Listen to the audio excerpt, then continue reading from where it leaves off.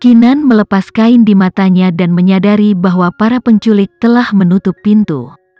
Dia pergi untuk menariknya, pintunya bahkan tidak bergerak. Itu terkunci dari luar. "Kamu siapa?" Kinan menanyai kedua pria di sisi lain pintu dengan tenang.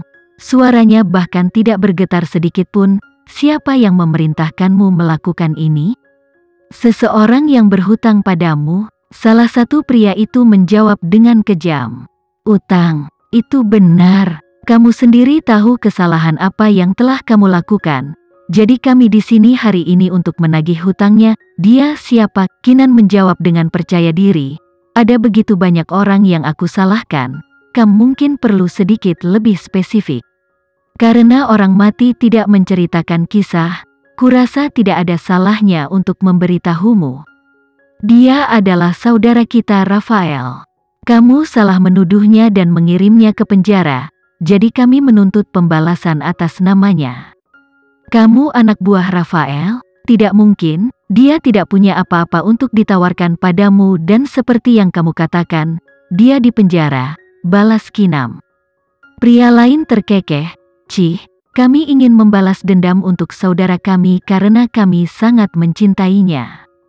Bagaimanapun, hari ini akan menjadi hari terakhirmu di dunia. Coba tebak bagaimana kamu akan mati?" Kinan berbalik untuk memeriksa sekelilingnya sebelum menjawab, "Aku tidak punya waktu untuk bermain game denganmu. Tapi aku dapat meyakinkanmu, jika kamu tidak membunuhku hari ini, itu akan menjadi kematianmu besok." Wanita murahan itu benar-benar muak.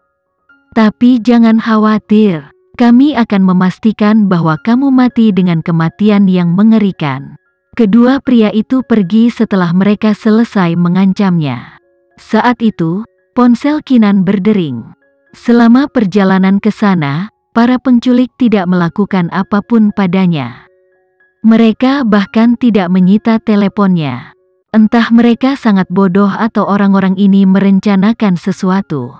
Kedua pria itu tidak bertingkah seperti penculik, mereka terlalu amatir. Kinan mengejek dan menjawab teleponnya. Itu dari Vano. Sudah 30 menit sejak panggilan terakhir mereka dan Vano mulai khawatir karena Kinan belum datang. "Apakah kamu sudah hampir sampai?" Vano bertanya dengan suara rendah. "Apa jalannya macet?"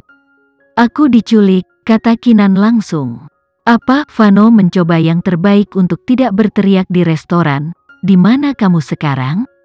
Farel yang di seberangnya melihat reaksinya dan mulai gelisah di kursinya.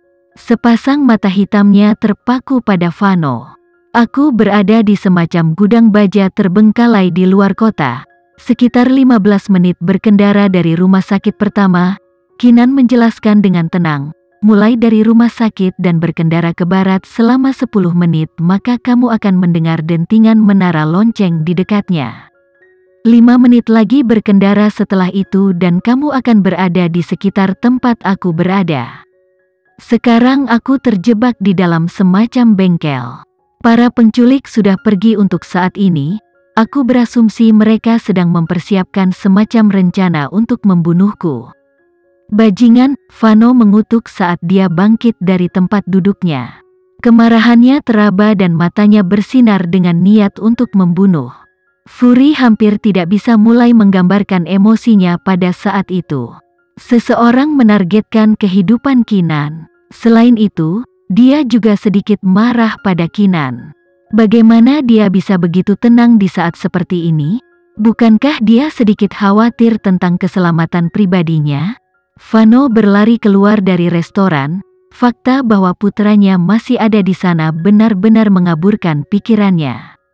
"Siapa yang menculikmu dan apa sudut pandang mereka? Beritahu mereka selama mereka tidak menyakitimu, kita bisa menjanjikan apapun kepada mereka." Kinan memeriksa bengkel yang kosong lebih dekat dan menjawab, "Sudut mereka akan datang untuk hidupku. Mereka mengatakan bahwa mereka adalah anak buah Rafael." Bang! Sebelum Kinan bisa menyelesaikan kalimatnya, pintu didorong terbuka dan dua bayangan berjalan ke dalam ruangan. Salah satu dari mereka menggonggong dan menyerangnya dengan kejam. Kinan melompat keluar dengan panik dan teleponnya jatuh dari tangannya. Dia benar-benar menghindari kematian hanya dengan sehelai rambut. 1 detik lebih lambat dan dia akan dijatuhkan ke tanah. Setelah penghindaran, dia tidak berhenti untuk mengambil napas, dia mulai berlari. 2 anjing serigala raksasa mengejarnya dengan gila. Pintu bengkel sekali lagi ditutup dan orang-orang di luar pintu mulai tertawa. Sedikit perhatian, mereka berdua belum diberi makan selama seminggu, jadi aku yakin mereka tidak sabar untuk menusukmu. Betapa beruntungnya, karena kamu akan melihat dirimu dimakan hidup-hidup. Kinan menjadi fokus dan melompat ke dinding, meraih kisi-kisi jendela yang berjarak sekitar 2 meter dari tanah. Namun, tepat pada saat itu, salah satu anjing serigala menjepit rahangnya di bagian bawah celana Kinan. Lepas Kinan mengutuk saat dia menendang kepalanya. Saat anjing serigala mengendurkan gigitannya, Kinan memanjat kisi-kisi baja. Tubuhnya tergantung di dinding hanya didukung oleh kekuatan lengannya. Kedua anjing serigala yang kelaparan itu terus-menerus melompat ke arahnya, mencoba menggigit kakinya. Kedua kaki Kinan berada di kisi-kisi jendela, tetapi jendela itu tertutup rapat dan ruang di antara jeruji kisi-kisi sangat kecil, memberinya hampir tidak cukup ruang untuk meletakkan kakinya dan menyeimbangkan dirinya. Ini tidak bisa berlangsung lama karena kekuatan tubuh bagian atas Kinan tidak mengizinkannya. Bagian dalam gudang tidak memiliki apa-apa selain debu di lantai. Dia tidak dapat menemukan permukaan yang tinggi untuk digunakan sebagai pengungkit. Bahkan dengan kecepatan tercepat, Vano akan membutuhkan 10 hingga 15 menit untuk sampai ke sana. Dia tidak bisa bertahan selama itu. 2 anjing serigala lapar di bawahnya telah memasuki tahap liar. Beberapa kali, dia nyaris kehilangan pergelangan kakinya. Di mata mereka, Kinan seperti sepotong daging lezat yang mengejek mereka. Dia tahu jika dia digigit dan diseret, itu mungkin akan menjadi akhir dari dirinya. Dia mungkin tahu beberapa keterampilan bela diri, tetapi dia ragu dia bisa mengalahkan 2 anjing liar besar. Kinan menggertakkan giginya dan meninju jendela kaca dengan keras. Itu hancur dengan dentang yang bergema. Suara keras yang tiba-tiba membuat kedua anjing itu ketakutan sehingga mereka mundur beberapa langkah tanpa sadar. Kinan memanfaatkan kesempatan itu untuk melompat turun dengan pecahan kaca di tangannya. Saat dia mendarat, 2 anjing serigala menyerangnya. Kinan tidak menghindar. Saat salah satu rahang anjing bersiap untuk menjepit lehernya, dia menusukkan pecahan kaca ke matanya. Anjing itu jatuh ke lantai dengan ratapan maut. Itu kemudian berguling-guling di lantai dengan gila. Kinan tidak punya waktu untuk berurusan dengan anjing serigala lain yang berhasil mengunyah betisnya. Kinan mengangkat kakinya yang lain dan menendang keras anjing serigala itu. Anjing itu akhirnya dikirim terbang, tetapi tidak sebelum merobek bagian bawah betis Kinan. Hampir seketika, celana Kinan diwarnai merah berdarah. Namun, adrenalin telah mematikan reseptor rasa sakitnya. Dia mengambil pecahan kaca lain dari lantai dan menerkam anjing serigala yang terluka. Pecahan kaca diarahkan ke matanya yang lain. Kinan mengerahkan kekuatan Hercules ke dalam jabnya untuk memastikan dia mengenai tengkorak begitu banyak, sehingga pecahan itu sendiri telah menembus bola telapak tangannya.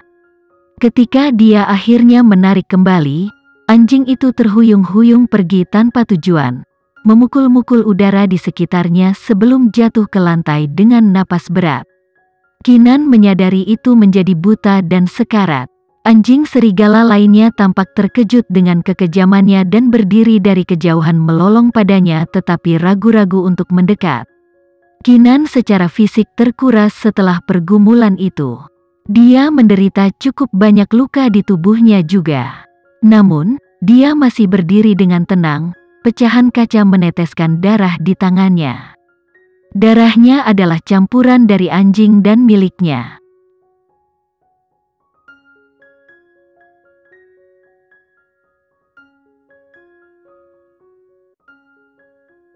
Sekian dulu ya video kali ini, kita lanjutkan lagi videonya di lain waktu.